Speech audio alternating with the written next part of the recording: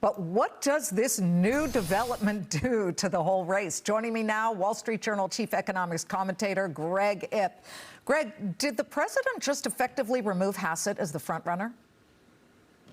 You know, he certainly raised the odds that it will not be Hassett.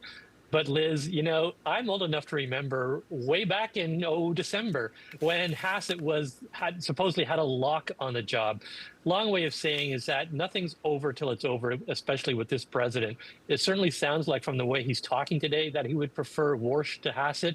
But I would say watch this space because next week that could change. I wonder how much weight Scott Bessent, the Treasury Secretary, who is a Treasury yield watcher, might have with the president when choosing this, because he's been the one who conducted the initial interviews with the potential candidates. Let's look at the 10-year yield. And by the way, what I thought was interesting was yesterday, the 10-year yield closed at 4.16%.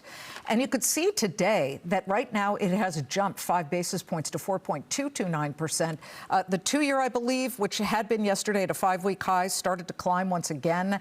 What can you interpret from the bond yield moves about how bond investors feel about Kevin Hassett taking a step back and Kevin Warsh jumping forward, perhaps in the race?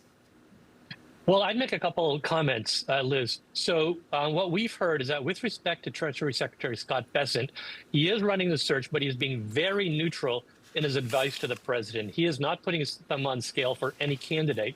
I think that partly reflects the lessons of the first term when Treasury Secretary Steve Mnuchin strongly pushed for Jay Powell, and President Trump regretted picking Jay Powell, and he blames Mnuchin for that decision. So Bessent doesn't want to be in the situation of saying, Mr. President, pick X, and then the president blaming him when he's not happy with X. Now, the second point I'd make is that the market had a knee-jerk reaction to saying, well, if it's Warsh has this reputation of being more hawkish, so interest rates will be higher. I would caution against jumping to that conclusion. We know that the president has made it clear throughout this process that he wants the next Fed chair to cut rates a lot. And publicly, at least, both Hassett and Warsh have said that they will.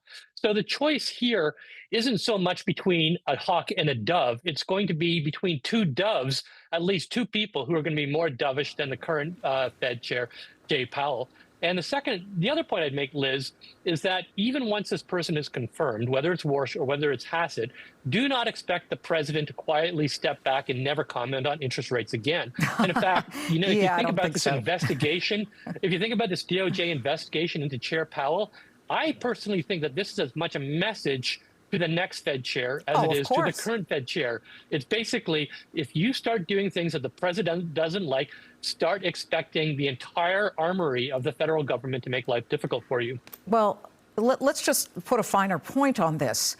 The president has been very clear he wants interest rates to go lower. Now, the Federal Reserve has in the past been independent, or at least has said that they are independent of what's going on within the White House or inside the Beltway. But yesterday, you had Kevin Hassett on Larry Kudlow's show. He also appeared on Charles Payne's, too. But he said something about Fed independence. I'm just wondering if President Trump got wind of it, didn't like it, and then that's what led to what happened today. Listen to how Kevin Hassett put it. I could say that the Fed needs to be very transparent at all times, and it needs to be independent. We know that when Federal Reserves lose their independence, that inflation gets out of control and it hurts ordinary folks. We can't ever let that happen. What do you think, Greg? I think that anybody who wants to be Fed chairman is going to say something exactly like what Kevin Hassett said on Larry's show yesterday. Okay. Liz, I think the important thing for all of us to keep in mind is that independence, it's not like 0-1, you got it or you don't. It's kind of a continuum from not very independent to like extremely independent. I would expect that a Kevin Warsh or a Kevin Hassett to be at least aspire towards independence. And by the way, I think that if inflation is really ripping out of control, even Trump will basically let them do what they have to do. But within the outside those extreme situations, I think that the Fed chair, he has a lot of influence in guiding the discussion and so forth. And if he's always looking over his shoulder, careful about what the president will say, nervous about his own standing, he will shade those decisions in a direction to make interest rates more dovish.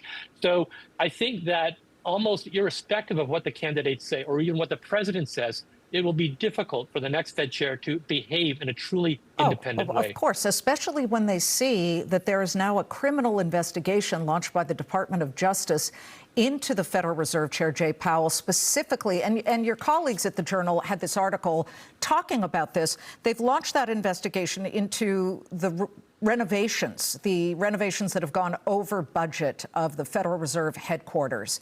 And the Journal had this headline today: Powell investigation upends final stretch of the Fed chair contest, because now you have some senators led by Tom Tillis who say, forget it, we are not going to vote for any nominee until the criminal probe is resolved. And Lisa Murkowski of Alaska joined Tillis, Susan Collins, John Kennedy. John Thune, the speaker, the Senate leader, has said there better be some real meat to this investigation, because he seemed to be taken by surprise by it as well. So what does that do to the entire naming of a new head of the Federal Reserve? You know, I'm not actually sure that it does a lot. Now, you might say, well, this hurts Kevin Hass's chances because it makes senators more wary of appointing someone who's perceived as too close to the president. I honestly think that once Trump picks his person, and assuming that that person is a reputable person, as both the Kevins are, then Senate Republicans will be okay with that choice. They will allow the president the prerogative of naming his preference. What you're seeing from the senators this week, I think, less has to do with who he's choosing as the nominee and seeking for some leverage point with the president to stop what they perceive to be as deeply political attacks on the Fed. But to be honest, from where I sit, the fact that only two senators, Murkowski and Tillis, literally said that their vote would depend on the outcome of this, that's not a very big number. And it's, by the way, not enough to actually block the next nominee. The other senators, as you say, they did raise concerns about this. But from where I sit, I only see two who are actually, at this point, ready to put their vote on the line. What are your sources telling you? Our sources at the Claman Countdown are saying it's Warsh. You know, check back with me in 5 minutes, because Liz, this thing seem to like, and I don't know about you, but I find it hard to keep track from 1 hour to the next. Greg, thank you. We appreciate you taking time during your busy hours to come on the show.